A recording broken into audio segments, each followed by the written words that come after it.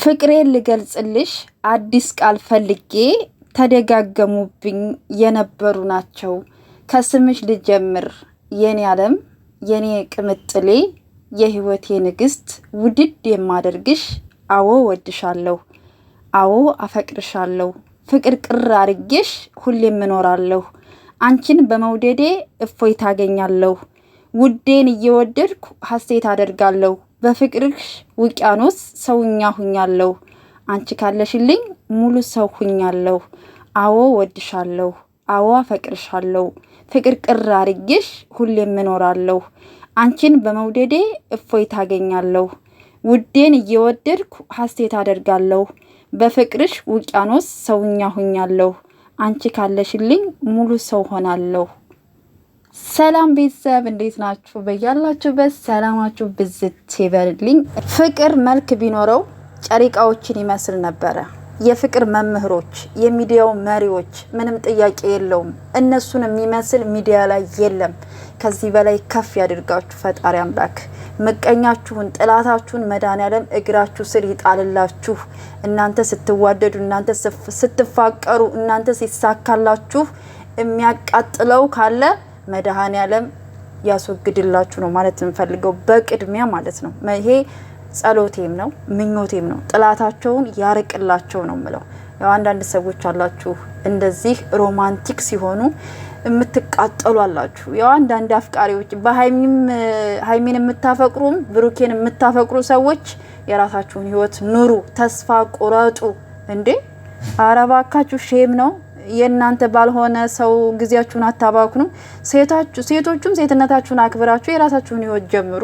ወንዶቹም ወንድነታችሁን አክብራችሁ ስነ ስርዓታችሁን ይዛችሁ የራሳችሁን ህይወት ኑሩ። በቃ ልጆቻችንን ተፋቷቸው። በቃ ሀይሚዬና ብሩኬን ተዋቸው እንዴ! ለኛ ተዋቸው እንዴ! እኛ እንወዳቸዋለን።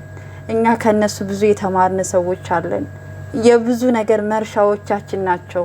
ሲከፋነ ብዙ ከፈጣሪ በታች ድሮ በድራማ ወይም በፊልም በአንዳንድ ነገሮች እናይ ነበረ።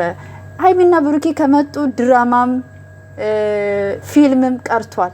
በእኔ በኩል ማለት ነው። ሰምታችኋልና ብቻ በጣም ደስ ብሎኛል። እውነቱን ስነግራችሁ እግዚአብሔርን በጣም ደስ ብሎኛል። ሀይሚዬና ብሩኬ ከዚህ በላይ እግዚአብሔር አምላክ በበረከት በጸጋ በመውገስ በጤና በስኬት ከዚህ በላይ ፈጣሪ እንብሽብሽ ያደርጋችሁ። በጣም መልካም ልጆች ስለሆናችሁ ማለት ነውና አደጋችሁ እኮ በቃ አደጋችሁልን። እያየናችሁ ነው ያደጋችሁትና እግዚአብሔር ይመስገን፣ እግዚአብሔር ይመስገን። አሁንም ትልቅ ቦታ ደርሳችሁ ለማየት ያብቃን።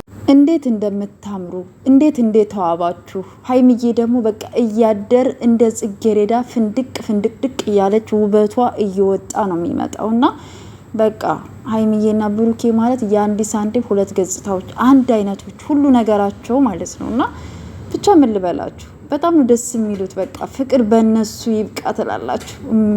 ማርያምን በጣም ነው የሚያምሩት፣ በጣም ደስ የሚሉ ምን ታረጉታላችሁ? ይታደሉታል እንጂ አይታገሉትም ነው የሚባለው። እሺ፣ ስለዚህ በጣም ደስ የሚሉ እኔ እንጃ አላቅም። ፈጣሪ መጨረሻቸውን ያሳምርላቸው ውድ ቤተሰቦች እና ብቻ በጣም ደስ ብሎኛል። በጣም ታምራላችሁ፣ በጣም ደስ ትላላችሁ። ሮማንቲካችሁ በጣም ነው የሚያምረውና ከዚህ በላይ እንግዲህ ብዙ ነገሮችን እንጠብቃለን። ጨሪቃዎቻችን ከፍ በሉ ማለት እፈልጋለሁ። ውድ ቤተሰቦች ደግሞ ለዚህ ቤት አዲስ ሲሆናችሁ ላይክ፣ ሰብስክራይብ ያደርጋችሁ ቤተሰብ ሆኖ ለምታበረታቱኝ በጣም አድርጌ አመሰግናለሁ።